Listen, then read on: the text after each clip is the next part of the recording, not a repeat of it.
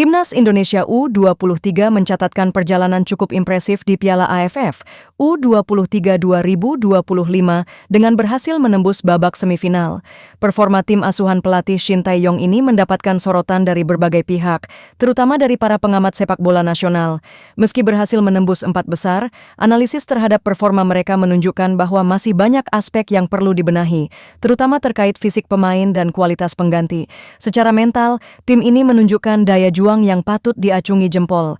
Tidak mudah bagi tim muda untuk bisa tampil stabil di tengah tekanan tinggi turnamen internasional, apalagi dengan ekspektasi besar dari publik. Para pemain muda Indonesia tampak tidak gentar menghadapi lawan-lawan berat seperti Thailand dan Vietnam. Bahkan saat tertinggal, mereka tetap bermain dengan semangat dan penuh determinasi. Ini membuktikan bahwa secara mental, para pemain sudah berada di jalur yang tepat dan memiliki karakter petarung sejati. Namun, sorotan utama datang dari sisi kebugaran fisik. Pengamat menilai bahwa menjelang akhir pertandingan, para pemain inti mulai kehilangan stamina. Ini terlihat dari penurunan intensitas serangan, koordinasi yang mulai longgar, dan beberapa kesalahan elementer yang muncul karena kelelahan. Kondisi ini diperparah dengan minimnya kontribusi dari para pemain pengganti. Mereka yang diharapkan bisa memberikan energi baru justru terlihat ragu-ragu, lambat beradaptasi, dan kurang berani mengambil keputusan penting di lapangan. Kondisi tersebut memunculkan istilah memble dari para pengamat yang menggambarkan bahwa para pemain cadangan belum memiliki kapasitas yang sepadan dengan pemain inti.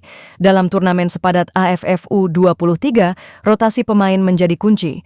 Tanpa pemain pengganti yang mumpuni, tim akan mudah kehilangan ritme saat stamina pemain utama menurun.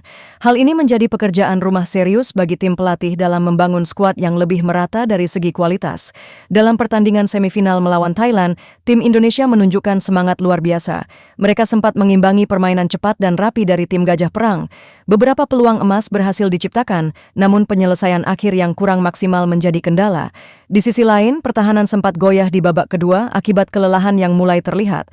Keputusan pelatih untuk melakukan pergantian pun tidak memberikan dampak signifikan karena para pemain pengganti belum siap tampil di level yang sama. Secara keseluruhan, Timnas U23 menunjukkan potensi besar. Mental yang kuat dan kekompakan tim menjadi modal penting untuk menatap turnamen-turnamen selanjutnya. Namun, untuk benar-benar bersaing di level Asia Tenggara, apalagi menuju kancah Asia, pembenahan di sisi fisik dan kedalaman skuad harus menjadi prioritas. Fisik yang prima akan menunjang taktik pelatih, sementara pemain pengganti yang berkualitas akan menjaga kestabilan permainan selama 90 menit penuh. Shin Tae-yong dikenal sebagai pelatih yang sangat memperhatikan aspek fisik dan disiplin. Maka dari itu, ada harapan besar bahwa masalah ini akan segera mendapatkan solusi.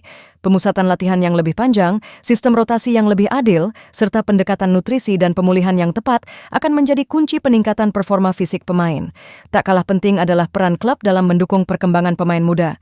Banyak pemain U23 yang minim menit bermain di level klub sehingga saat diturunkan di timnas, mereka belum berada dalam kondisi ideal.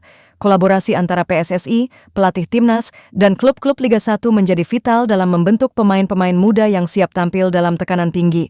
Dukungan dari publik juga menjadi bahan bakar utama perjuangan Garuda Muda. Meskipun belum berhasil meraih gelar, pencapaian hingga semifinal patut diapresiasi. Harapan besar tetap menggantung di pundak para pemain muda ini. Dengan evaluasi yang matang dan pembinaan yang berkelanjutan, bukan tidak mungkin mereka akan menjadi tulang punggung timnas senior di masa depan.